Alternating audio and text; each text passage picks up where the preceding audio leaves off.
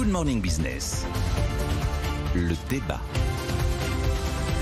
Et les dirigeants des 27 réunis à Versailles aujourd'hui et demain, sommet pour quoi faire, Nicolas Dose? Surtout pour une image d'unité, je pense. Une image d'unité, je pense que le titre du livre, c'est l'Europe contre Poutine. Après, quand vous prenez les têtes de chapitre, ça va être juste une image d'unité. Parce que sur les sanctions, est-ce qu'on va plus loin? Et la sanction ultime, ce serait on arrête d'acheter du gaz et du pétrole russe. On s'est rendu compte qu'il y a des pays qui ne peuvent pas, absolument pas s'en passer. Certains sont à des niveaux de 100% de dépendance par rapport à la Russie. Donc, l'Union européenne ne pourra pas, demain soir, dire embargo sur les hydrocarbures russes comme ont pu le faire les Américains il y a maintenant 48 heures.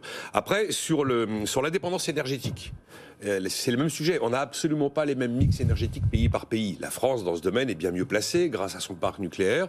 Donc, on va probablement avoir une sorte d'agenda assez lointain, d'objectifs, mais sans aucune contrainte. Donc là aussi, ce sera plus de l'affichage d'unité qu'une vraie unité. Sur la défense européenne, j'ai envie de dire, l'Élysée a déjà plié le match, puisque avant même l'ouverture du sommet, la France a dit: nous avons besoin de 27 armées nationales. Sous-entendu, n'imaginez pas une déclaration commune sur l'idée que parce qu'il y a tout d'un coup la guerre aux portes de l'Europe, on va aller vers une défense européenne commune. Et puis sur l'adhésion de l'Ukraine à l'OTAN, vous prenez 27 pays, vous avez à peu près 27 niveaux d'enthousiasme et d'impatience de voir l'Ukraine entrer dans l'OTAN, dans l'Union européenne.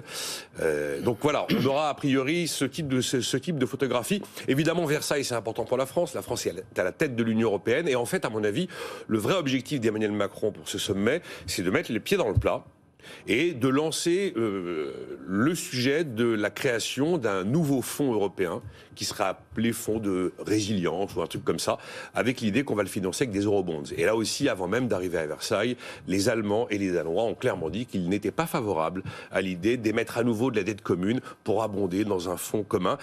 Le seul élément concret qu'on aura peut-être à l'issue de ces 2 jours de sommet informel, c'est l'officialisation qu'on va reporter la date de retour des règles de discipline budgétaire en Europe. Jean-Marc Daniel. Oui, je pense qu'effectivement, c'est un sommet qui sera un peu un coup d'épée dans l'eau. Ça me fait penser à notre sommet de Versailles, celui de 82, où il y avait eu un grand discours en politique intérieure. La France, leader du monde, le G7 attend les propositions de la France. Et puis, ça s'était terminé par un communiqué assez court et le caractère assez ridicule, finalement, de cette rencontre, de la façon dont ça avait été traité par François Mitterrand.